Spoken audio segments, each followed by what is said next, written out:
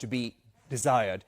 We're going to shift our focus right now, and this is to the auto sector. OlaElectric has officially launched its new scooter, the S1 Air, at an introductory price of 1 lakh rupees ex-showroom. In an announcement made via social media, the company's CEO, Bhavish Aggarwal, said that the company has already received 3,000 bookings within just 3 hours after making the announcement. The scooter is powered by a 3-kilowatt battery pack that can cover 125 kilometers of range on a single charge. Today, a Reuters report has said that the IPO-bound company has reported an operating loss of $136 million on a revenue of $335 million in FY23. The company's loss number has not been reported or filed with the government so far, which gives the company time till September to file their previous earnings.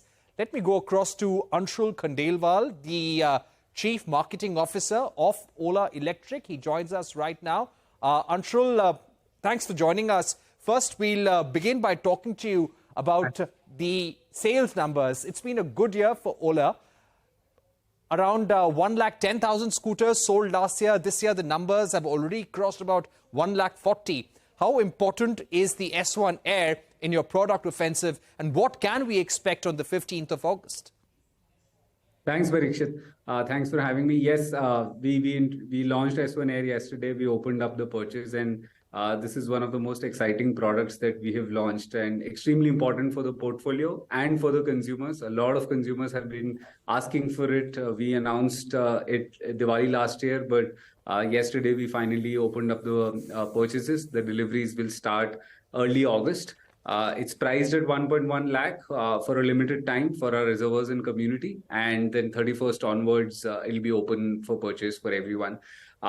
Just a little bit about S1 Air. I think at this price point, this product is meant to end the ice age. The whole idea was that people are looking at a great product at a price which currently nobody offers. And I think at this price point, there is no reason to buy ice anymore. And we have been very vehement about it, that at this price point, you end up saving 15 to 20,000 a year. That too, if you are running, let's say, 20-25 kilometers a day. With S1 Air, we believe it will actually make no more sense to buy an ice product. And people should take care of their wallets, take care of the country, and really buy an EV. And S1 Air is that product for us, and it is very exciting. Excited about it.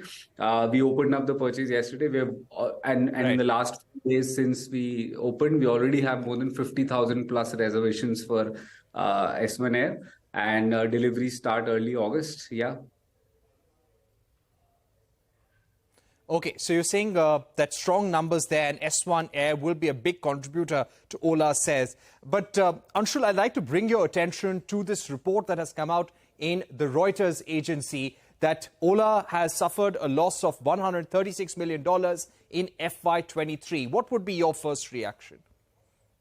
First reaction would be that I'm not the best person to answer this. I think you should talk to me about revenues and product and sales and you know, not the best person to answer this question. And I also feel that it's extremely speculative in terms of the report. Right, but the report also mentions that you've missed the revenue run rate. Ola had earlier said that it would have revenues to the tune of $1 billion, and it has fallen way short of that target as well. Where do you think these operational losses have come from? What has really weighed down the revenues of the company? No, I don't think anything is weighed down the revenues of the company. We are growing extremely fast. Like I said just yesterday, this is probably the fastest selling scooter anybody has ever made, which we launched yesterday. And last 3-4 months, we've been seeing the numbers. This month, again, we are much better than last month, again, close to 40% market share. So I don't accept the statement that we've been slowing down. I don't want to comment specifically on the numbers because they're speculative. And like I said, it's not the right person. But I would rather want to bring the attention to the market share, to the volumes that we are doing, to the new products that we are launching, and extremely confident about all of that. And we are growing at a pace which nobody has had in the last 1.5 years. So I think too early to comment on these reports and numbers. And August 15 is going to be another day for us, like you only had asked. And we'll be launching more products and probably have a great customer event also on that day. Yeah, so a lot of interesting things to focus on, I think. Yeah. Anshul, yeah, of course, we will be focusing on more product launches that are coming in. But the fact that this report has now come out and Ola has not denied it, you're saying that these are speculative reports. The company will, of course, be making its filings to the government. But give us a sense of the kind of challenges that Ola has gone through. Yes, as far as the market share is concerned, Ola today is the #1 in terms of electric vehicles sold. The numbers as per Vahan data has crossed about 1.4 lakhs. But what have been some of the challenges which have contributed to the losses of this magnitude? No, I would see everybody has in this such a growth journey, when you're building something like this, which is more revolutionary, everybody has challenges. We face challenges, for example, in building up our D2C retail network. We face challenges initially in terms of giving the best possible experience with our software, which has now been upgraded 3-4 times and is the best software out there. So there are a few things, of course, which are niggles, I would say, in the last 1.5 years we've faced. Financially, I don't think we have made the relevant and the right investments to be built at scale.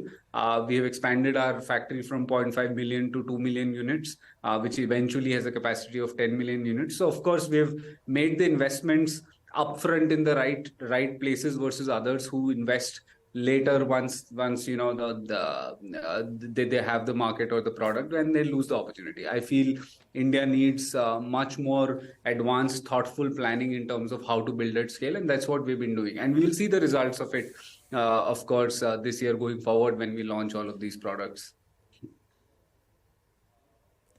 Very quickly, I have to end this here, Anshul, but will this operating loss and the fact that subsidies have been reduced and the subsidy scheme may come to an end, has that impacted your future production plans and your product offensive in some way? Is the company going to go in for cost efficiency, cost-cutting measures?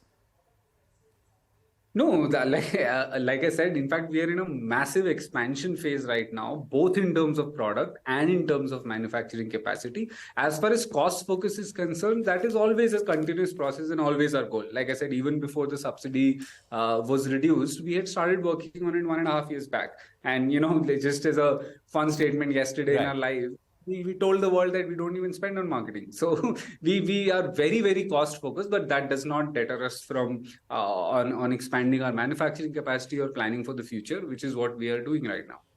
Okay. Anshul, we've run out of time, but thanks once again for joining us.